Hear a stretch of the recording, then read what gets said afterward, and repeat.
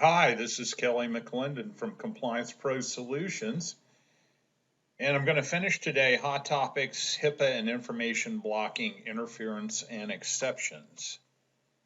So information blocking is to interfere with or provide interference, which means to prevent or materially discourage or otherwise inhibit free flow of information upon request.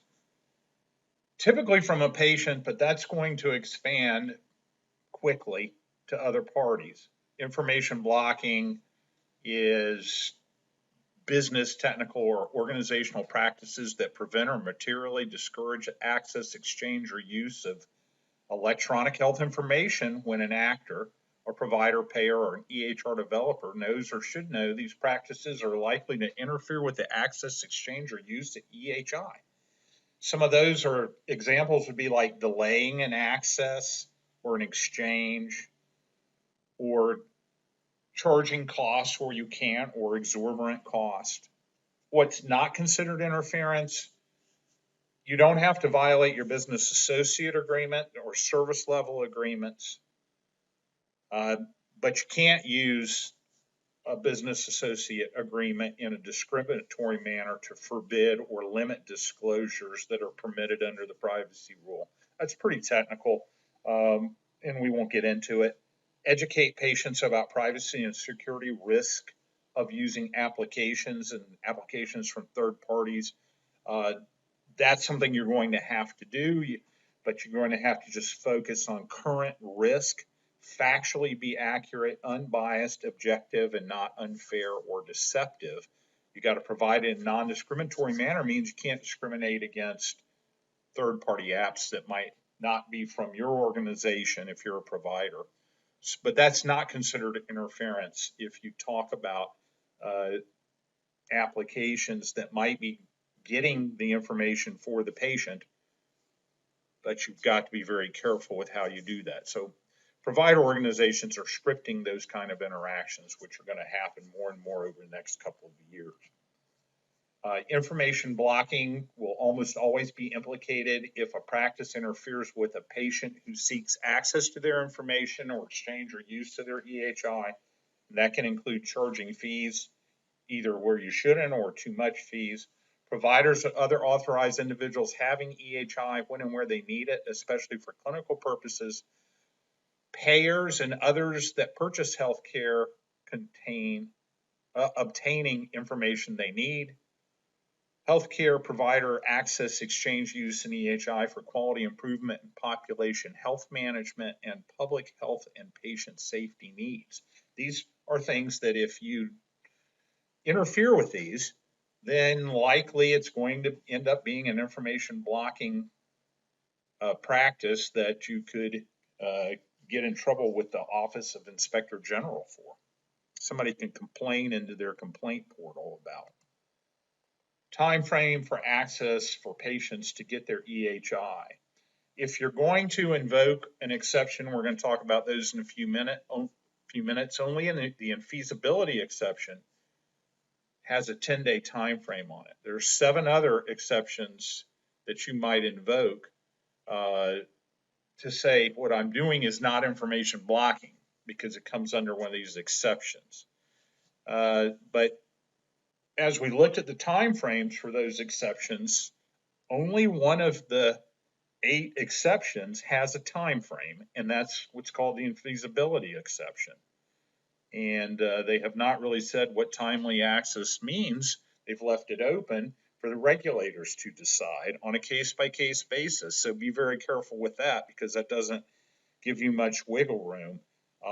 So I don't know, but I would suggest at this point that if you're going to invoke an information blocking exception, 10 days is probably a reasonable timeline for any of them. It's required for the infeasibility objection, but otherwise I would probably apply that time frame as best you can to the other ones as well if you want to invoke an exception. We'll talk about that more in a minute.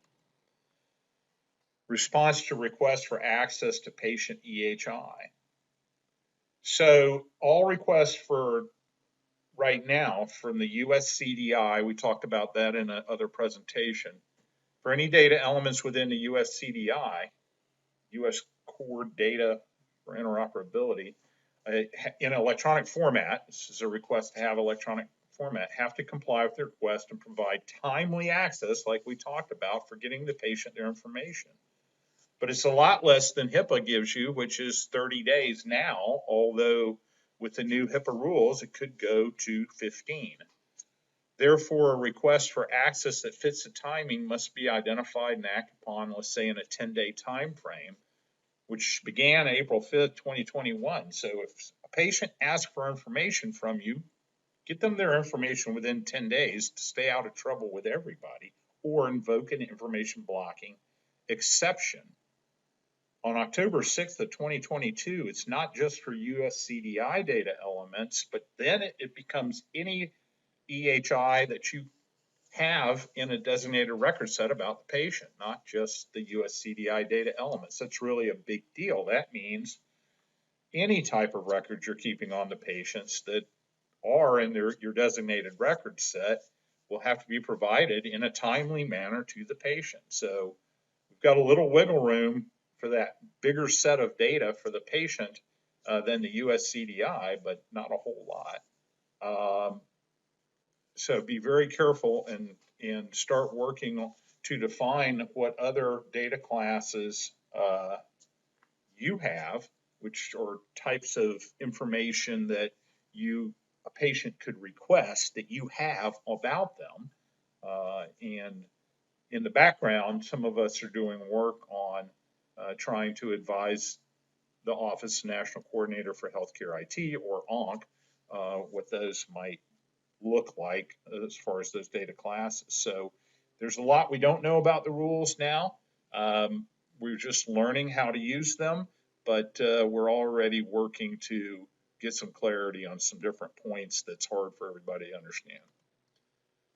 There are 8 information blocking exceptions. It means if you're not going to provide access to a patient and later other parties that are asking for patient information, you can say, hey, I'm not going to give it to you because I've got a privacy issue or a security issue, or we believe it'll cause harm. We believe it'll cause our IT to have problems, slow down, not be able to perform.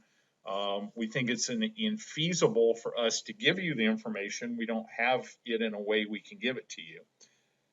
There's a licensing exception, a cost exception, and a content and manner that we don't know how to give the information back to the patient in the format they're asking for. So these are all a complex set of rules that each of them has certain provisions you have to, or conditions you have to meet before you can invoke them as an exception. But privacy exception, an example, very simple example, might be that somebody has requested information, you don't have a valid ID for them, and so you're not going to release the information without that, and yet you have run out of time to get to that request, let's say 10 days, even though it's not in stone. Let's just go ahead and see if that's the best practice. Then you'd want to invoke the privacy exception. You'd say, we cannot give you your information because we do not have valid ID. We're going to invoke the privacy exception. Now, if they cure that later, sure, you're going to have to give them the information, but that's kind of how it works. Content and manner, maybe they're asking, or in feasibility, maybe they're asking for information in a format you can't provide, then you would have to. But each of these has conditions that you have to meet that are fairly complicated. I've created documents that work on that. So if you need more guidance on how to manage your information blocking, invocation and revocation, let me know, and I can help with that.